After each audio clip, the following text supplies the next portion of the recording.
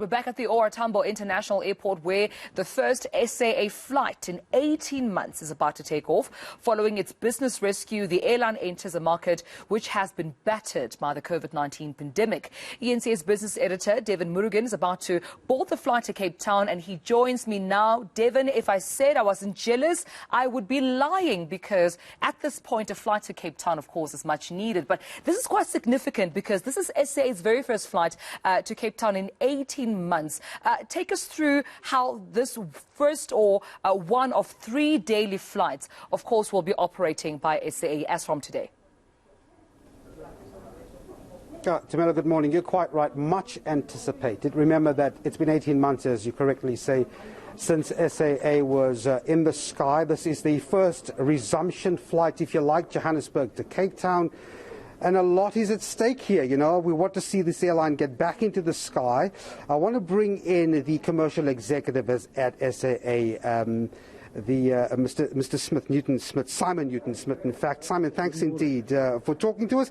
It's a big day, it's a celebratory day, and I guess to some extent, you know, this is really a testing few days, few weeks here to see whether or not we can get back to the old days of SAA. How optimistic are you, and what key measures are you looking at to see what the future is? Yes, great question. Good morning. Listen, the key measures are going to be demand on the flights, and we're really encouraged. This first weekend, we're operating at just over 80% load factor, and the pricing is very good as well. But you know, ultimately, we know we're coming back to the market cautiously. We know we've got a lot of work to do, you know, to rebuild the trust and confidence in the brand. You know, so the proof will be in the pudding, and you know, our focus is on getting the basics right, getting good customer service on board, and encouraging every customer to come back time and time again. And that loyalty is important, because you're entering a market that's extremely competitive at the moment with the cloud of COVID-19. I'm wondering the amount of passengers you were taking down to Cape Town and bringing them back up. They got to be lucrative and got to be somewhat better than your competition, I would imagine, in some shape or form. Otherwise, your prices have got to be really good. Obviously, this is factored in the equation, isn't it? Absolutely. Yeah. Listen, we've been very deliberate in terms of where we position our pricing relative to the market. You know, we're one of the few airlines coming back to the market that's got a proper business class. You know, and that does attract a different type of customer. Obviously, the business market is a little soft at the moment. You know, during COVID, but we're creating some products that will make, if you like, business class more accessible for the regular leisure traveller. And of course, Johannesburg to Cape Town, there's a lot of folks that are travelling up and down for long weekends, second homes. So I think it's going to be an interesting time as we test some new products in the market, and you know, hopefully attract a different type of customer on board. Even before COVID, you know, you had the situation with aircraft not being efficient in terms of cost fuel-wise.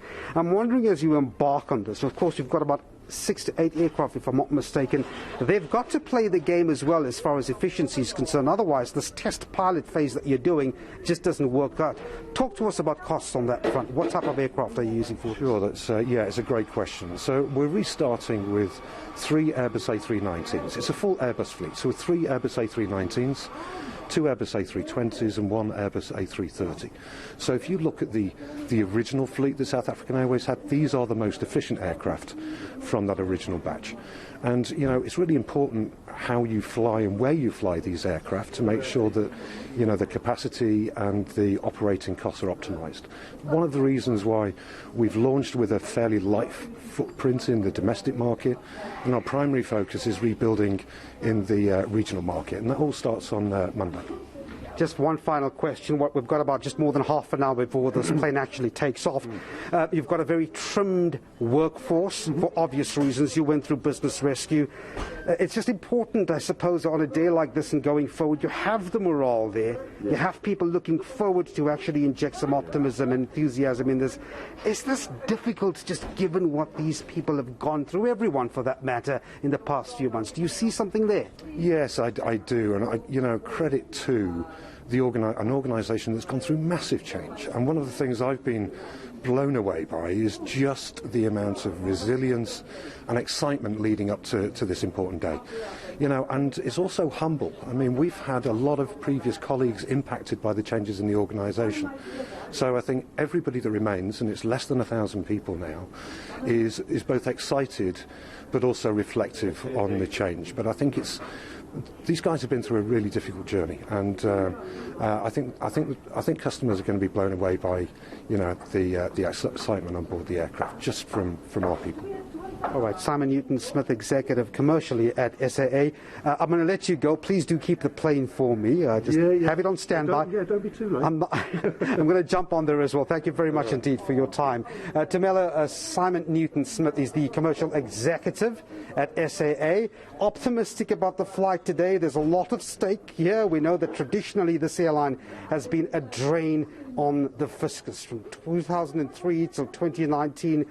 They want to change or turn the leaf on that. We'll see from today as it starts what happens over the next few days. Back to you.